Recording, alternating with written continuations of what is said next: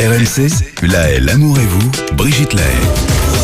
On attrape notre fil d'Ariane et c'est Google qui va bientôt jouer au docteur. Eh bien oui, aujourd'hui quand vous avez un petit bobo, qu'est-ce que vous faites ? Eh bien un Français sur deux, c'est les chiffres qui parlent, un Français sur deux va sur Internet pour voir ce que cache le symptôme et comment se soigner. Voilà ce qui se passe. C'est déjà une grave erreur parce que vous découvrez des tas de choses horribles parce que alors les forums mais c'est terrible. Et de tas de mauvais conseils. Mais oui, c'est ça. Alors vous avez vite fait, alors que vous avez une petite fièvre, d'avoir une tumeur au cerveau. L'Ebola, Ebola, c'est sûr. Enfin, on se fait peur, on devient complètement hypocondriaque. On fait aussi une autre erreur, c'est-à-dire de vouloir s'auto-médicamenter, donc prendre des médicaments sans vraiment savoir si c'est ça qu'il faut. Et alors, Google a eu cette idée de se dire, bah tiens, dès qu'un internaute va aller sur ce moteur de recherche, eh bien, on va développer un système de chat vidéo qui va mettre automatiquement le patient et un médecin en relation pour pouvoir avoir les bons conseils. Oui, parce qu'un médecin qui palpe, ça sert à rien, Philippe Arlin, c'est complètement... Alors c'est le point négatif, vous l'avez soulevé. Je pense que Google est en train de nous mettre en place ce que l'avenir nous réserve, c'est-à-dire une espèce de médecine à distance. On aura une puce sur nous et ils pourront tout checker à distance. Mais en attendant, et j'espère que ça va encore durer quelques années, le fait qu'on attende, je pense qu'il y a un danger à cette distance qui est effectivement... Il n'y a pas l'auscultation, il n'y a pas tout ça.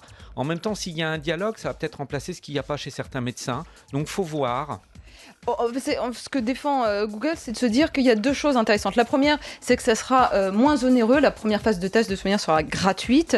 Et dans un second temps, si ça marche vraiment, ça sera moins cher que chez un... Non mais attendez, ça c'est une nouvelle extraordinaire. Google qui pense à nous faire des économies. Mais dans leur discours, ils ne pensent qu'à ça tout le temps, Google. Et il n'y a pas que ça, il y a l'histoire de l'attente aussi. Quand vous allez chez un médecin, il y a souvent ces salles d'attente pleines à craquer. Vous attendez en moyenne entre une demi-heure et une heure avant d'être reçu par votre médecin. Là, cette fois, c'est automatique, c'est dans la seconde, vous avez votre médecin.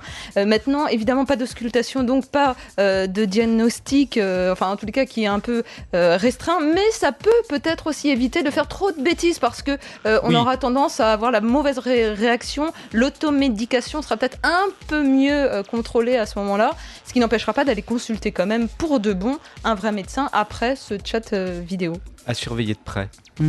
Moi, je pense qu'on devrait déjà donner un minimum d'éducation aussi à la santé, parce que j'ai l'impression qu'on est de plus en plus... les moyens à nos médecins aussi. Oui, mais je crois qu'on est de plus en plus en train de courir aux urgences ou aller voir le médecin dès qu'il y a le moindre petit truc. Enfin, je sais pas, il y a plein de choses qui sont pas très graves et qui se soignent tout simplement en se reposant, par exemple. C'est une bonne idée. Mais si, mais une bonne cuillère de miel, parfois, ça marche bien, je suis d'accord. De miel ou d'autres choses. Ah bon ? Merci Ariane.